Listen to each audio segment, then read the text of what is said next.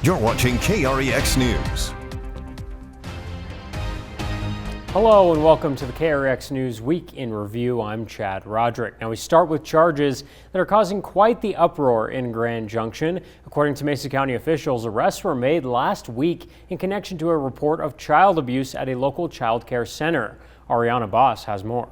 3 female employees of a local child care center in Grand Junction were arrested last week following a report of child abuse, according to a statement by the Mesa County Sheriff's Office. They say 33-year-old Ashley Davis, an employee of Centro de la Familia Echo Canyon on Patterson Avenue, was arrested April 18th on charges of knowingly or recklessly committing child abuse without injury, a second-degree misdemeanor. Employees Jennifer Bertruck and Dana Bocconcelli were also arrested the following day after investigating deputies say they found evidence that the 2 employees failed to report the alleged abuse. The statement says all 3 were transported to the Mesa County Detention Facility following their arrests, but according to District Attorney Dan Rubenstein, despite the DA's objection, the presiding bond hearing officer granted all 3 defendants a personal recognizance bond. Centro de la Familia CEO, Gonzalo Palza, released a statement on the allegations, saying in part, "We are deeply saddened by the occurrence. We are fully cooperating with law enforcement and will be conducting a thorough internal review." Paula Coronado, mother of the 18-month-old child at the center of the allegations, released a videotape on Facebook she says shows the abuse, along with her public statement seeking justice for her son and pleading for the public to share her story. The district attorney says all 3 women are scheduled to appear in court in the coming weeks. We will follow up with more information as these cases develop. Ariana Boss, KREX. And a controversial art exhibit at the Mesa County Central Library in Grand Junction is drawing a lot of public opinion as it depicts President Trump with Hitler's mustache and haircut. That exhibit is part of a larger collection in the library, and amidst public backlash, Mesa County Library issued a statement on the contents of that exhibit. The library issued a statement saying the hard work currently on display follows the library's art exhibit policy. As outlined in that policy, the library does not discriminate against artwork based on religious or political themes. We recognize that not all art appeals to everyone, and community members may not like or agree with every piece displayed. This particular exhibit at the Central Library highlights creative projects made using recycled books. The pieces were selected by the Mesa County Library's Art Committee as part of our ongoing effort to showcase a wide range of artistic voices. If you want to express concerns, a request for reconsideration form can be found at mesacountylibraries.org. In other news, the Colorado Department of Transportation is honoring Nate Jones and Trent Umberger, who tragically died in the line of duty back in September.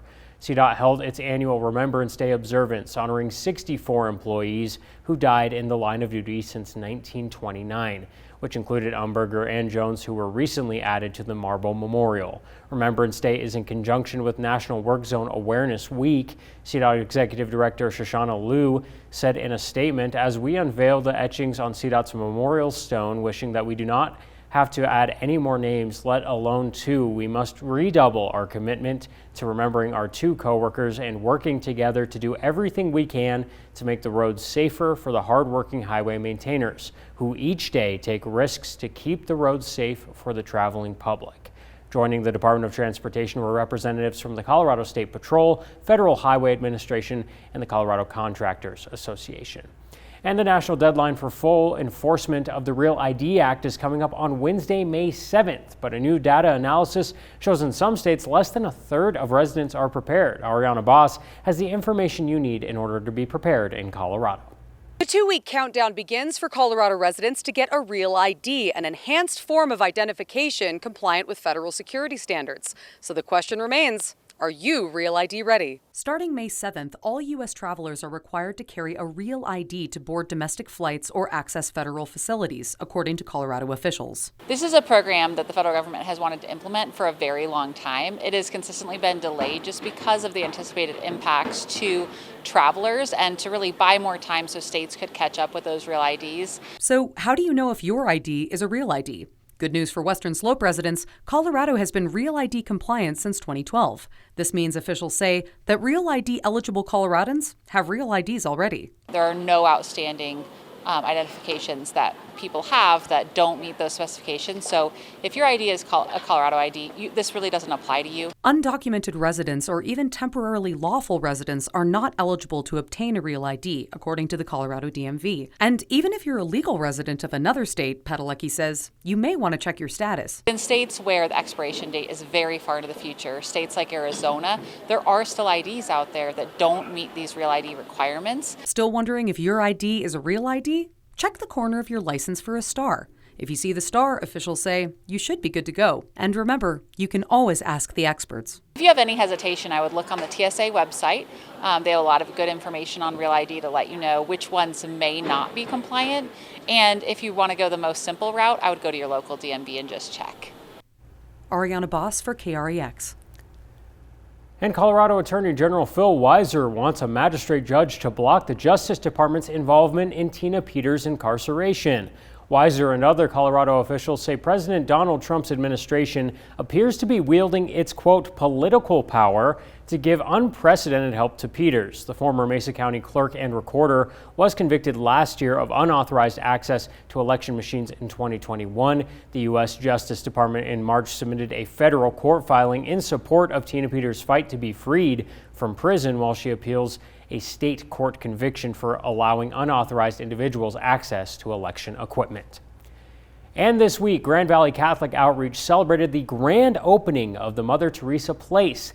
The project, located off 4th Street and Ute Avenue, will feature 40 rooms for the chronically unhoused and residents who are at the age of 50 and older. The complex has amenities to help encourage recovery and needs for community members, such as a place to fix and maintain bicycles and a gym to help keep residents active. The grand opening featured speakers of the Grand Valley community, along with City Manager Mike Bennett. More than half of the construction costs were paid through donations from the community, and the rest came from the Transformational Affordable Housing Grant, which is afforded by the state. We have a real challenge with people who do not have adequate housing, and many, in fact, are actually homeless. And so this is an opportunity for Catholic Outreach to work with all of the partners that were mentioned during the dedication to provide a home for 40 people who've otherwise been struggling to find a home. Catholic Outreach wants to thank everyone who contributed to this project, including Chamberlain Architects and Shaw Construction. And Colorado Senator Michael Bennett hosted a town hall meeting at the Asteria Theater in Colorado Mesa University. Bennett was able to discuss topics of education, women's rights, public lands, social security, and also his run for Colorado governor. Kyle Kawamoto has the full story. Just in the last few weeks right here in Colorado, we had Wednesday night was a room full of thunderous applause. Colorado Senator Michael Bennett held a town hall meeting to discuss many topics with the Western Slope community, such as education. I really feel we need to fund public education and support schools. What can we do to make that change? Securing rights for public lands, women's rights, and many more. housing is something that I hear in every single county, in every single community, every single neighborhood.